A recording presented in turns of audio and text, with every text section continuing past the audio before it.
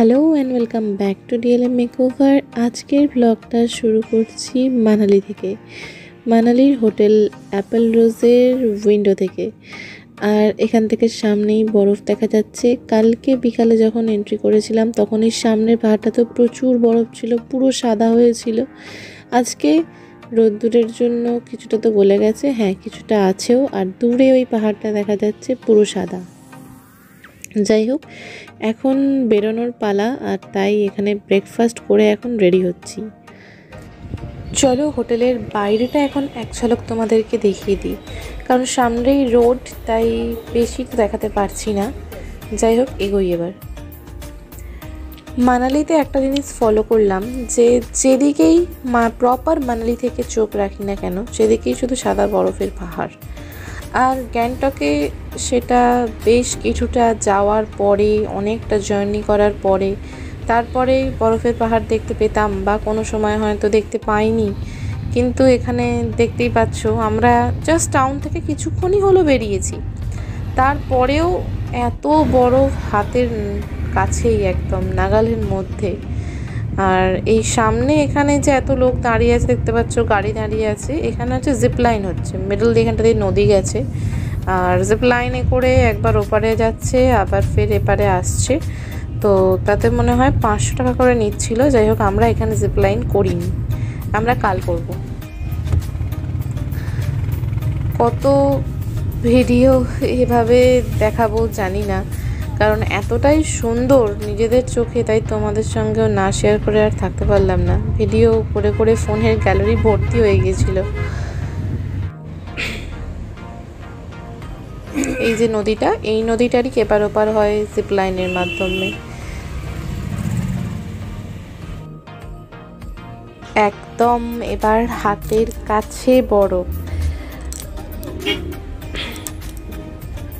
এবার আমরা ঢুকছি হচ্ছে সোলাং ভ্যালি।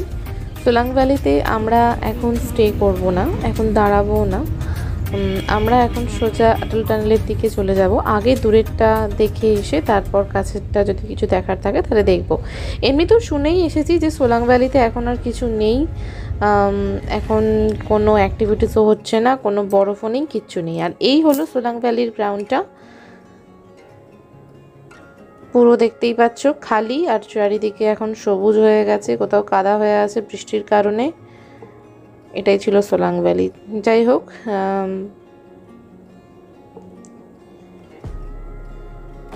এই সোলাং ভ্যালির আগে অ্যাকচুয়ালি আমরা বরফ পেয়ে গেছিলাম, কিন্তু সোলাং ভ্যালিতে কেন জানি না বরফ নেই।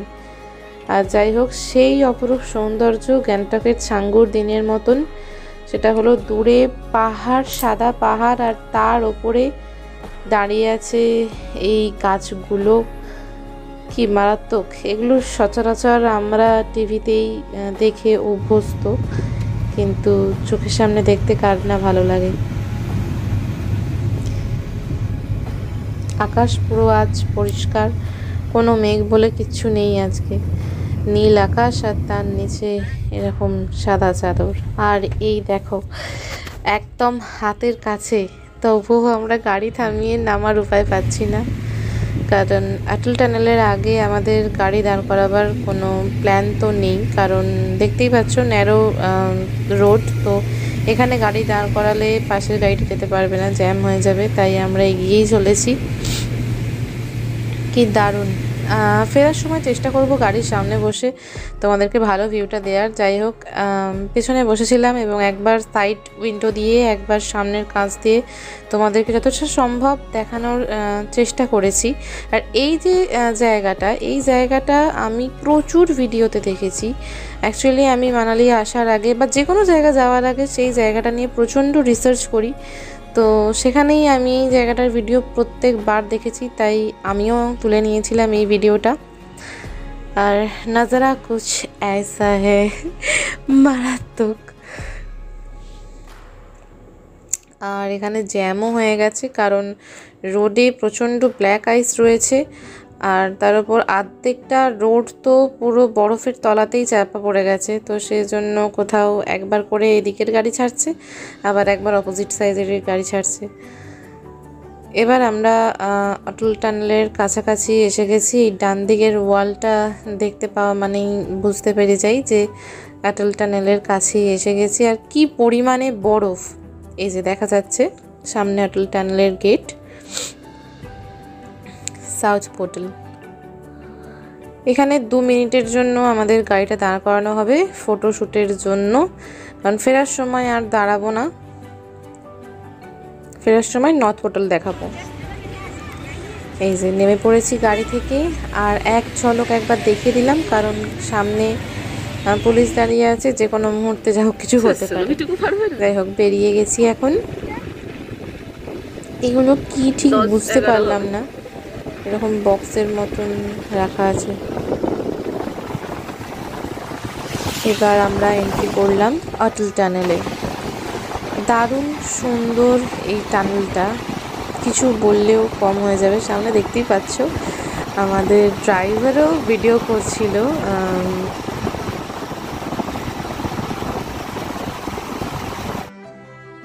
এবার আসতে চলেছে নর্থ পোর্টাল। অ্যাকচুয়ালি কীভাবে বুঝতে পারলাম, এখানে সব কিলোমিটার দেখাচ্ছে যে বেরোতে কতটা বাকি, ঢুকতে কতটা বাকি, কোথায় গেলে এক্সিট পাওয়া যাবে, তো সেভাবেই জানতে পারলাম। আর বাই দ্য ওয়ে একদম এসে গেছি গেটের সামনে। কিছুটা হেজি আসছে কারণ গাড়িগুলো এর নিচে দিয়ে প্রচণ্ড স্পিডে যাচ্ছে, তাই ক্যামেরাটা বারবার নড়ছিল। বেরিয়ে পড়লাম এখন অটল টানেল থেকে। আর বেরোনো মাত্রই পাহাড়গুলো কিছুটা এইরকম লাগছে। সামনের সোজা পাহাড়টা যেটা ছিল সেটাতে অল্প কিছু বরফ ছিল, আর ডান দিকে পুরো সাদাই সাদা। আর এই হচ্ছে আমরা, সামনে একজন ছিল। এই যে সামনে যে ব্রিজটা আছে, এই ব্রিজটা দিয়ে ক্রস করে ডান দিকে গেলে কক্সর আর বাঁ দিকে গেলে সিসু। তো আমরা ঠিক করেছি যে আগে ডান দিকে কক্সর যাব, ওখানে গিয়ে স্নো পয়েন্টে আমরা আগে কিছুটা এনজয় করে নেব, তারপরে বাঁ দিকে গিয়ে সিসু যাব। এই যেখানে লেখাও আছে রোঠাং ডান দিকে, তো তার মানেই হচ্ছে কক্সরের ওপর দিয়ে রোঠাং যাওয়া যায়। কিন্তু এখন রোটাং খোলা নেই, রোটাং আরও বেশ কিছুদিন মানে আরও 15 দিনের মতন পরে খুলবে, যখন আমরা কিনা গিয়েছিলাম।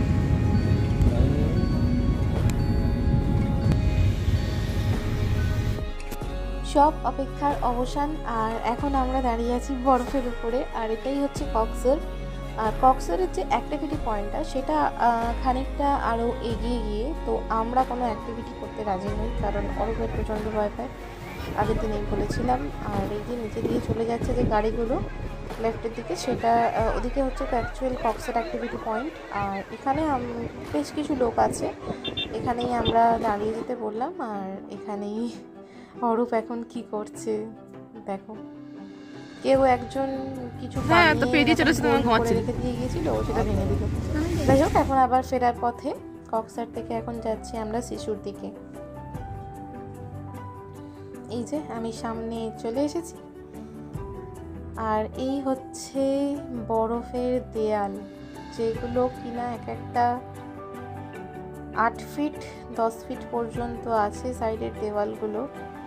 রোড ক্লিয়ার করার জন্য মেশিন দিয়ে এইভাবে দেয়ালগুলোকে বানিয়েছে। দেয়াল বানায়নি অ্যাকচুয়ালি, বরফগুলো কেটেছে এমনভাবে সেগুলো দেয়ালের আকৃতিতে দাঁড়িয়ে আছে।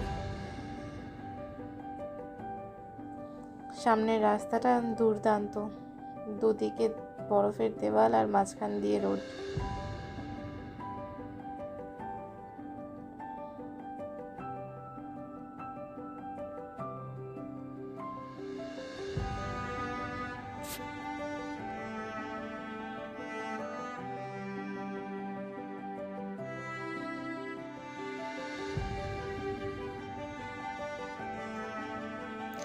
বেশ ভালোই যাচ্ছিলাম। এখানে 2 ওয়ে রাস্তাটা দেখতেই পাচ্ছ, এখন 1 ওয়ে হয়ে গেছে বরফের কারণে। আর এই দেখো সামনে থেকে বেশ কিছু গাড়ি চলে আসার কারণে আমাদের গাড়িটাকে এখন পেছোতে হচ্ছিল। কিছু ইনস্ট্রাকশন ছাড়াই আমাদের গাড়িটা পিছিয়ে এসে দাঁড়ালো, আর ওরা পাস করার পরে তবেই আমরা আবার এগোতে পারবো। আর এই যে দুটো দেখতে পাচ্ছ একটা ঝর্ণা, এগুলো অ্যাকচুয়ালি বরফ বলে জল পড়ছে মাত্র, এগুলো কোনো ঝর্ণা নয়। আর 2 দিন পরে হয়তো এই বরফগুলোও থাকবে না। গাড়ির উইন্ডোতে এই স্টিকারটার জন্য বারবার প্রচণ্ড প্রবলেম হচ্ছিল। আর দেখতেই পাচ্ছ রাস্তাগুলো অ্যাকচুয়ালি কোথাও কোথাও ভাঙা ছিল, আর সেই জন্যেই আমিও বারবার নড়ে যাচ্ছিলাম, আমার ফোনও নড়ছিল। আর এখানে আমি গালে হাত দিয়ে কী যে ভাবছিলাম কি জানি। পেছনে ওরা কাপলরা ড্রেস রেন্টে নিয়েছিল স্নো পয়েন্টে আসার জন্য, কিন্তু আমি আর অরূপ এখান থেকে প্রিপারেশন নিয়ে গিয়েছিলাম, তাই আমাদের কোনো কিছুরই দরকার হয়নি, না তো শ্যু আর না তো কোনো ড্রেস। এখান থেকে প্ল্যানিং করে ভালোভাবে গেলে তাহলে আর এগুলোর কোনো প্রয়োজন হয় না রেন্টে নেওয়ার। যাই হোক, আবার আমরা এসে গেছি সেই ব্রিজটার সামনে। আর এখন আমরা ওই ব্রিজের দিকে মানে অটল টানেলের দিকে না গিয়ে এখন আমরা যাব শিশু ভিলেজের দিকে।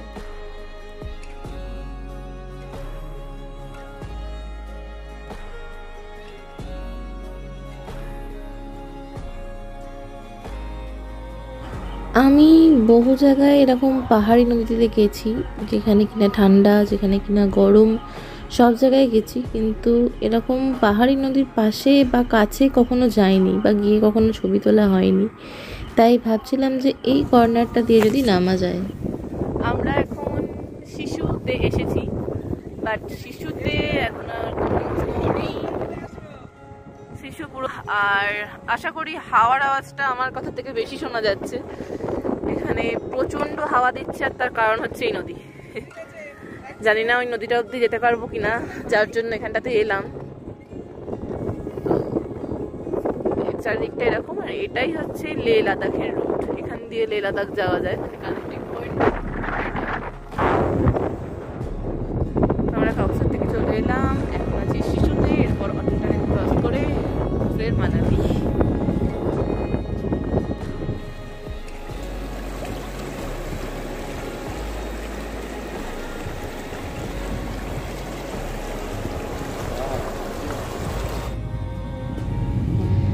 লাস্ট এখন আমরা বাড়ি ফেরার পথে, আর এখন বাজে প্রায় 3টে থেকে 3:30।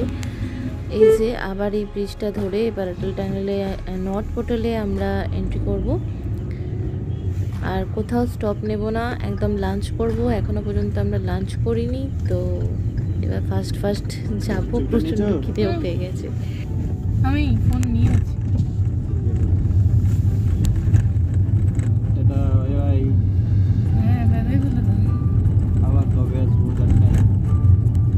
যখন 50 বছর বয়স হবে, কারণ এখানে কোনো সাফোকেশনের প্রবলেম নেই। এখানে বয়স্করা আরামসে আসতে পারে। ওই জন্য তো বলছি, যখন আবার 50-60 বছর বয়স হবে তখন আবার এখানে আসবে। ওই ফিটটা ছবিটা না তো একটা নিয়েছি। অটল টানেল চলো, অটল টানেল।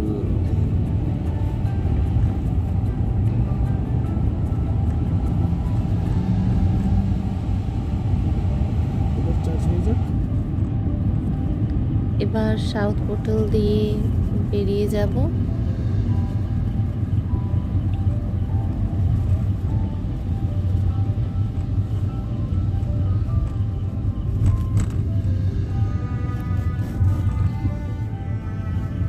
আমার যেন মনে হচ্ছে নর্থ পোর্টালের থেকে সাউথ পোর্টালের পাহাড়গুলোতে, মানে চোখের সামনে যতটুকু দেখতে পাচ্ছি সেগুলোতে অনেক বেশি বরফ। মানে ওদিকের পাহাড়টাতে এতটাও বরফ ছিল না, চোখের সামনে যে পাহাড়টা ছিল, বাট এদিকেরটা পুরোই সাদা।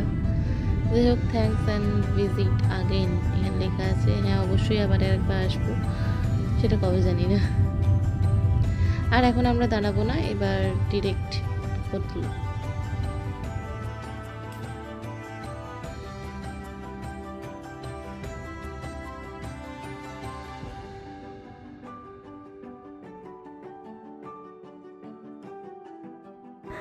আমরা এখান থেকে দেখতে পাচ্ছিলাম যে বেশ কিছু দূরেতে প্যারাগ্লাইডিং হচ্ছে, বাট ক্যামেরায় কিছুই আসছিল না, কারণ এতটাই দূরে হচ্ছিল যে দেখা যাচ্ছিল না, খালি চোখেই দেখা যাচ্ছিল। তার উপরে আবার আমার কাঁচটাও বন্ধ করা, তো কিছুই দেখা যাচ্ছিল না। যাই হোক, দূরের পাহাড়টাই দেখা যাচ্ছে। আর দূরে দেখতেই পাচ্ছ বরফ ফেলে রেখে এবার আমরা নর্মাল জায়গায় চলে এসেছি। আবার কবে বরফের সঙ্গে দেখা হবে জানি না। আর বাই দ্য ওয়ে, এটা হচ্ছে সোলাং ভ্যালি। আমরা আর দাঁড়ালাম না, কারণ অলরেডি বিকাল হয়ে গেছে আর এখানে করার মতন তো কিছু নেই, আগেই বলে দিয়েছি। তো এখন যাওয়া যাক।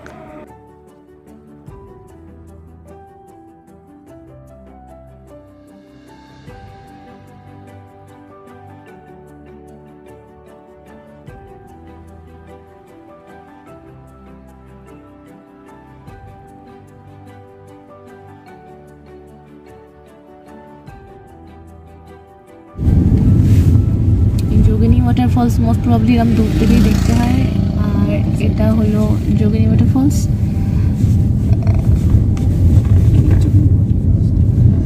আমরা প্রায় মানালির কাছাকাছি এসে গেছি। আজকে হয়তো একটু পরে আমাদের এখনো লাঞ্চ হয়নি, 4টে বাজে। এখানে দেখেছো গুলমার্গের মতন গোল গোল এই যে হোটেল, এই দেখো বাদিকে বাদিকে উপরে।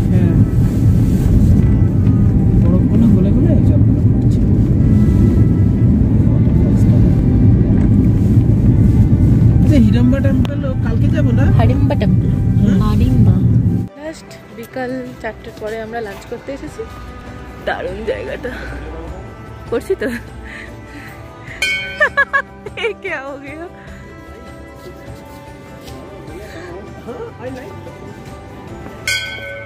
এই পাপ বলে দেওয়া ভালো যে ওখানে আমরা লাঞ্চ করিনি, ওখানে আমরা স্টার্টার খেয়েছিলাম, চলে এসেছিলাম, কারণ প্রাইসটা অত্যধিক হাই ছিল। আর এখন চলে এসেছি ম্যাল রোডে। আর এই যে দেখতে পাচ্ছ বাংলায় লেখা, এটা ম্যাল রোড থেকে জাস্ট 30 সেকেন্ডস পায়ে চলে। তো এখানে এসে আমরা আজকে লাঞ্চ করেছিলাম। বাঙালি খাবার প্রচণ্ড ভালো। তোমরা চাইলে কেউ কমেন্ট করলে আমি এটার অ্যাড্রেস ডিটেলস তোমাদের সাথে শেয়ার করে দেবো, কলিং নাম্বার দিয়ে দেবো।